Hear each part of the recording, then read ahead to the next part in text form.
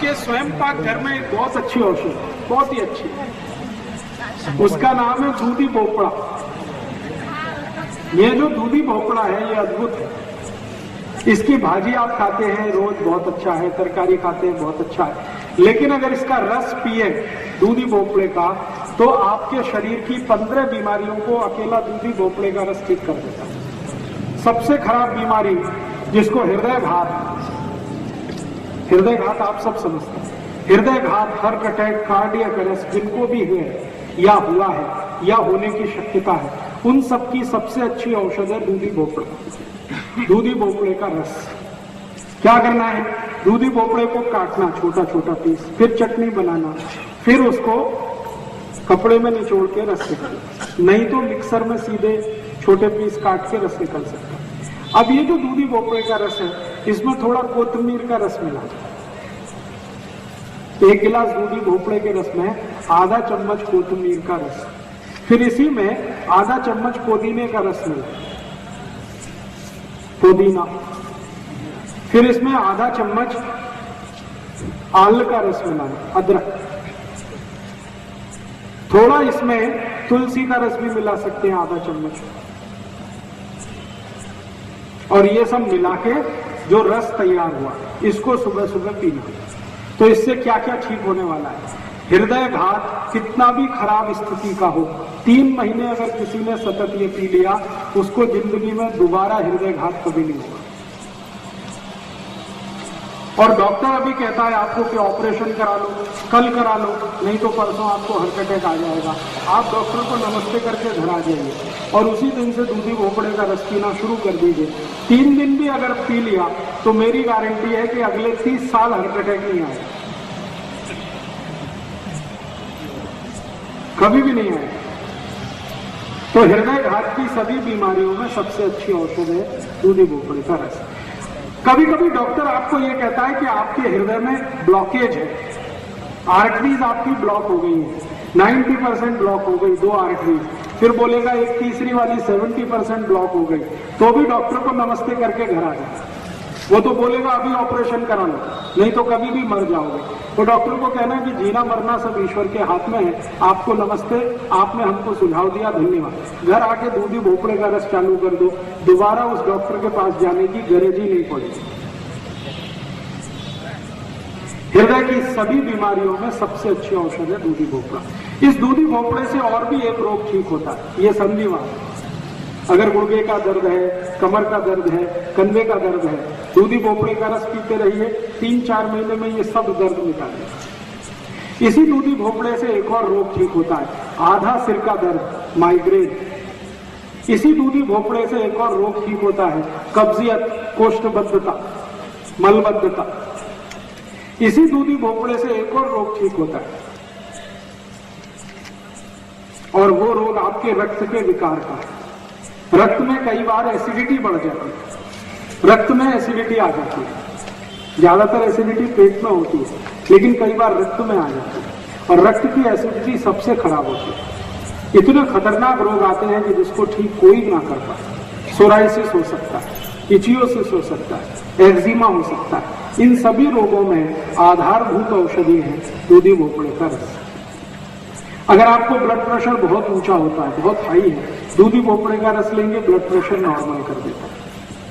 मोटापा बहुत हो गया है, ओबेसिटी आ गई है, वजन बढ़ गया है, दूधी भोपड़े का रस पीजिए, 4 महीने में वजन कम कर देता है।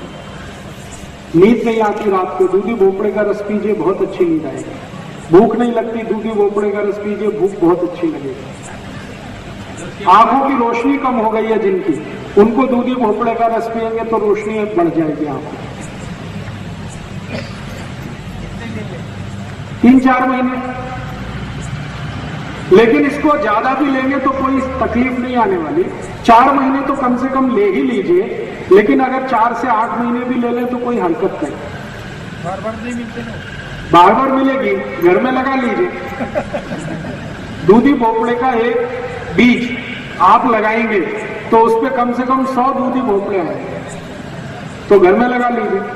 इतनी जगह में, छोटी सी जगह में हो जाती है, गमले में भी हो जाती है, कभी भी मिलेगी। अच्छा, लगाना क्या जी। किलर नहीं मिला समझ लेने हाँ, वो भी रस लिया तो चलेगा। दूधी भोपड़े के रस से भी काम होगा, लेकिन परिजात में बहुत जल्दी होगा, इसमें थोड़ा देर होगा। रस लेने के बाद कितने देर 40 मिनट तक कुछ खा नहीं सकते। दूधी भोपड़े का रस लेने के बाद 40 मिनट तक कुछ खाना पीना नहीं, 40 मिनट बाद कुछ भी खा पी सकते। नहीं, बिल्कुल नहीं। मैंने बोला क्या नमक? मैंने बोला कोतमीर का रस, मैंने बोला पुदीने का रस, मैंने बोला आल का रस। मैंने कभी नहीं बोला इसमें नमक मिलाना। अगर मिलाना होता तो मैं बोलता। नमक मिलाया तो उसका सब ताकत खत्म हो गया। नमक नहीं मिला।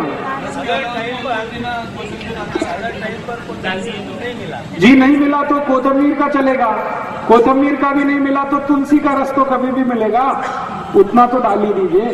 आल का रस तो कभी भी मिलेगा, उतना तो डाल लीजिए, चलेगा। पत्ते डाल दीजिए, मिक्सर में जब पीस रहे हैं तो पत्ते सीधे ही डाल दीजिए तो भी चलेगा।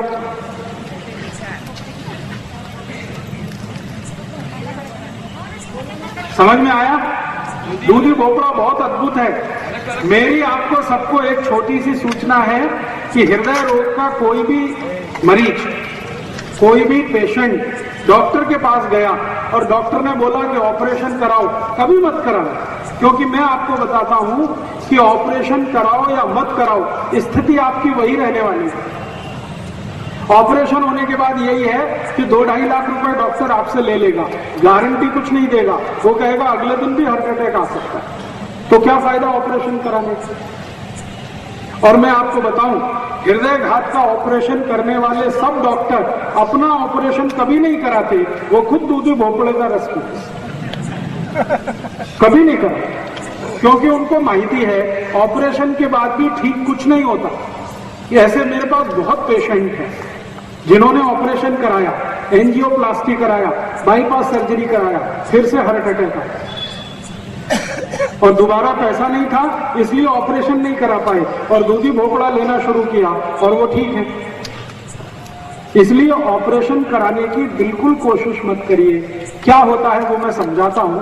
डॉक्टर करता क्या है, हृदय को रक्त देने वाली जो वाहिकाएं हैं, जिनको आर्टरीज कहते हैं हम लोग अंग्रेजी में, उनमें एक स्प्रिंग डालता है डॉक्टर, और वो स्प्रिंग वही होती है जो बॉल पेन में आपने देखी, बॉल पेन में एक स्प्रिंग देखिए, वही स्प्रिंग है, उसको अंग्रेजी में स्टंट कहते हैं।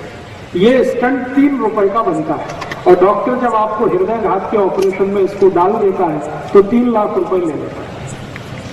3 रुपए की चीज है और आपसे 2.5-3 लाख ले लेगा और बोलेगा गारंटी कुछ नहीं, कल फिर अटैक आ सकता, तो फायदा क्या उसको डलवाने का। इसलिए कभी भी हृदय घात का ऑपरेशन कराने की कोशिश मत करिए। दूधी भोपड़े के रस से आपको कोई भी स्थिति ठीक हो जाएगी।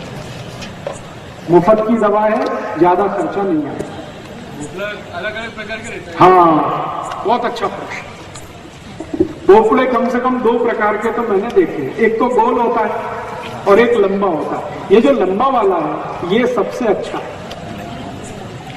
तो लंबा वाला जो भोपड़ा है उसका रस सबसे अच्छा है। गोल वाला जो है इसको ज्यादा अच्छा नहीं मानते। बीज निकलता है, खरू निकलता है, कोई मीठा नहीं। हाँ, अगर बीज कम होगा तो सबसे अच्छा होगा, और कड़ू है तो उसको प्रयोग कम करिए। कड़ू वो तब होता है जब पक जाता है। पका हुआ दूधी भोपड़े का रस ज्यादा अच्छा नहीं माना जाता। कच्चा हो एकदम, तो उसकी पहचान कैसे करना, एक दूधी भोपड़ा हाथ में लीजिए, उसमें नाखून लगाइए, तो आसानी से नाखून अगर घुस गया तो वो बहुत अच्छा है, और नाखून घुस नहीं रहा है तो बिल्कुल बेकार है।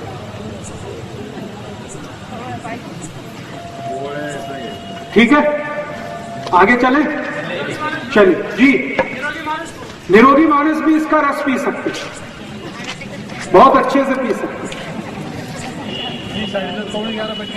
अगर निरोगी मानुष इसको पिएंगे तो क्या होगा, शरीर के अंदर जितनी भी टॉक्सिक वेस्ट को क्या कहना चाहिए, विजातीय द्रव या विजातीय तत्व जो शरीर के अंदर घुसे हुए हैं, जिसको जहर कहा जाता है, दूधी भोपड़े का रस इस पूरे जहर को पेशाब के रास्ते निकाल देता है।